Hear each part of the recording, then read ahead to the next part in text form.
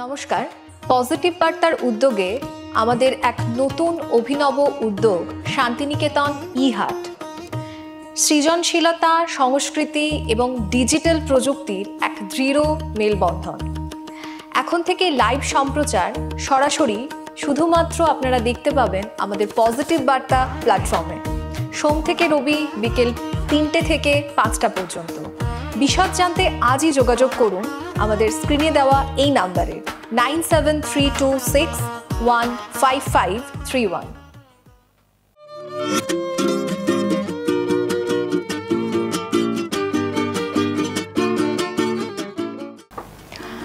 নমস্কার, আমরা চলে এসেছি আমাদের পজিটিভ বার্তার বিকাশ টকশোর অনুষ্ঠানে।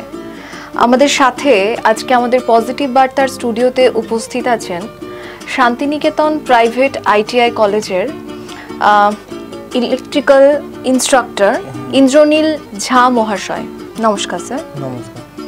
আমরা স্যারের সাথে আজকে যে বিষয় নিয়ে কথা বলবো তা হচ্ছে advantages of science and technology, অর্থাৎ আমাদের বর্তমানে বিজ্ঞান এবং প্রযুক্তির ব্যবহার এবং সেটা আমাদের কিভাবে আমরা দৈনন্দিন জীবনে সেই সুযোগ সুবিধাটা পাচ্ছি, সেই সকল জিনিস নিয়ে আমরা আজকে ওনার সাথে কথা বলবো।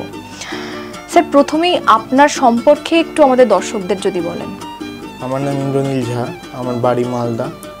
আমি 2016 সালে পলিটেকনিক পাস করেছিলাম ইলেকট্রিক্যাল ইঞ্জিনিয়ারিং নিয়ে, এবং তারপর 2021 সালে বিটেক পাস করি ইলেকট্রিক্যাল ইঞ্জিনিয়ারিং নিয়ে, এবং 2022-এ আমি একটা ট্রেনিং করেছিলাম সেন্ট্রাল গভর্নমেন্টের।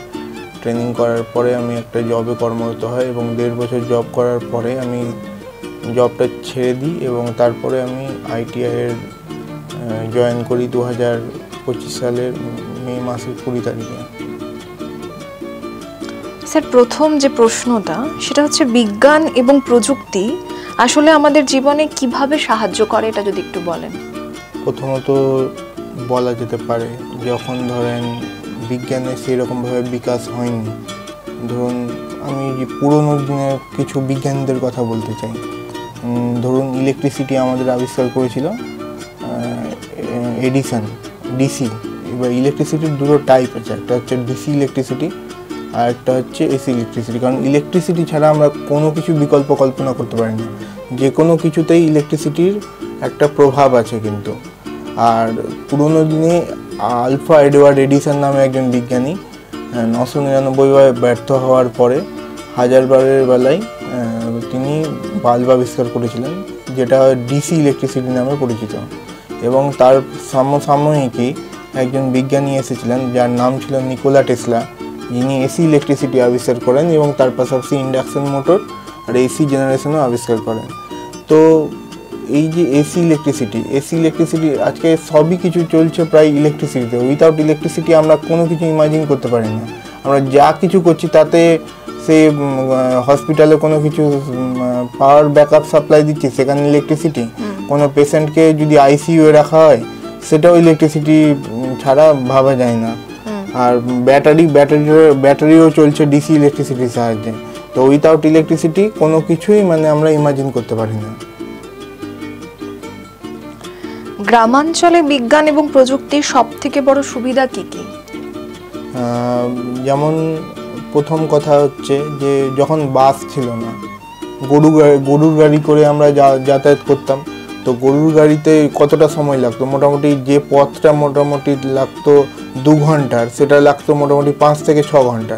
কিন্তু বাস হওয়ার ফলে কি হয়েছে, এটা সময়টা অনেকটা কম সময় আমরা গ্রাম থেকে শহরে যাতায়াত করতে পারি।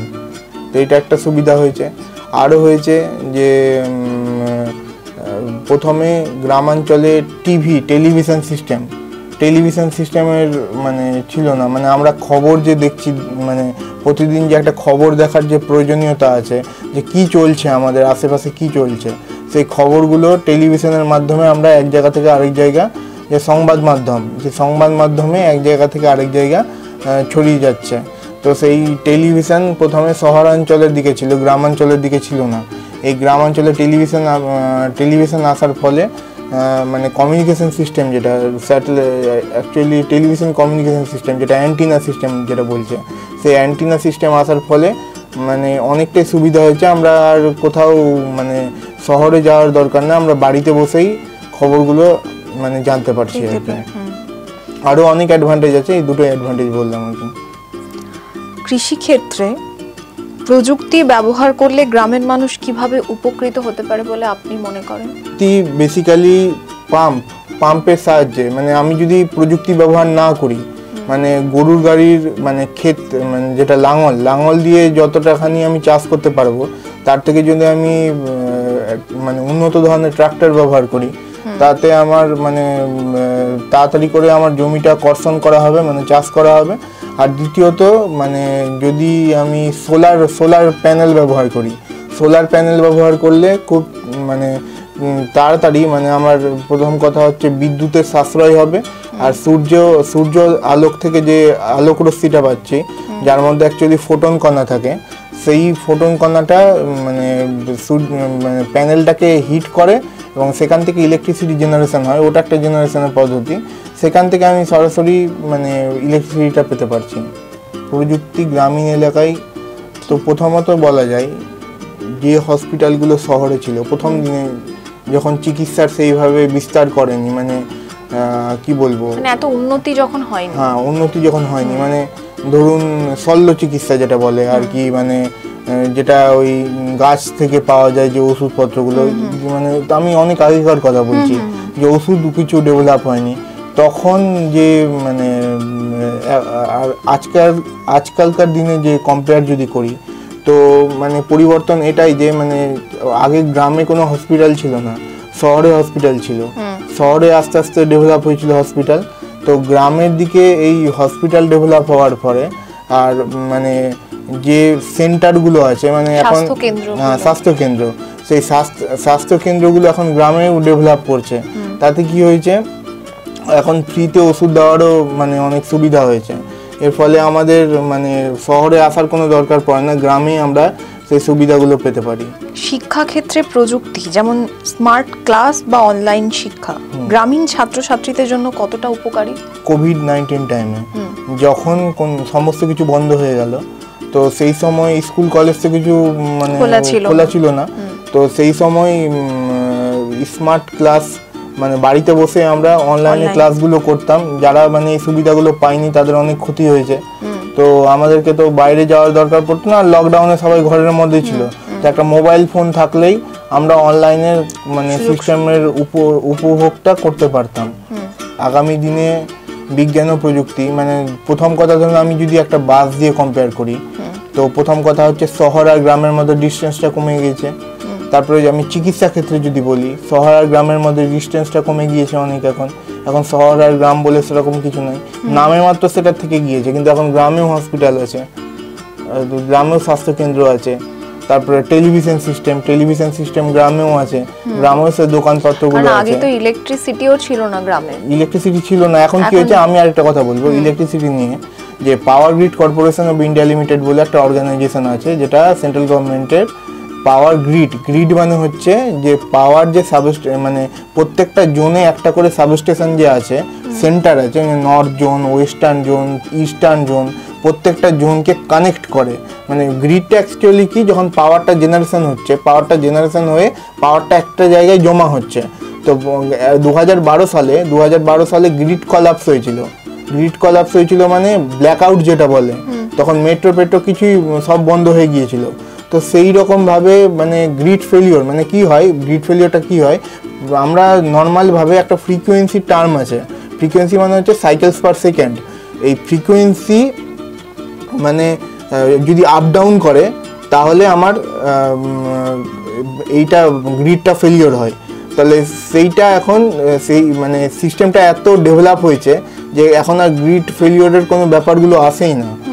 তো এই জন্য কি হয়েছে, গ্রামে আগে প্রচুর পরিমাণে লোডশেডিং হতো।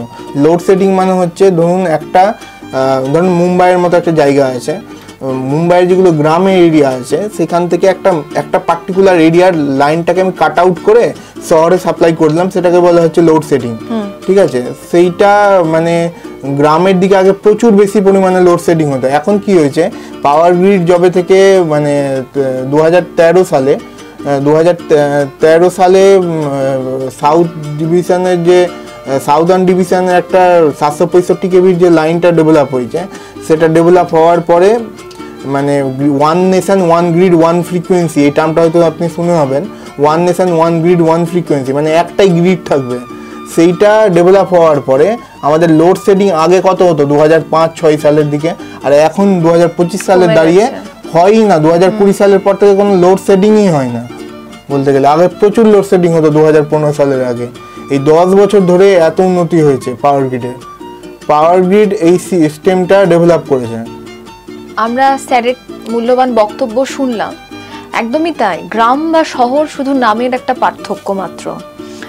দুই জায়গায় এখন প্রযুক্তি বিজ্ঞান ভীষণভাবে এগিয়েছে এবং হয়তো তুলনামূলকভাবে যত দিন এগোবে তাদের ব্যবহার আরও বেশি পরিমাণে বাড়বে। আমরা আমাদের অনুষ্ঠানের একদম অন্তিম পর্যায়ে এসে পৌঁছেছি। ভালো থাকবেন, সুস্থ থাকবেন আর পজিটিভ বার্তার সাথে থাকবেন। নমস্কার।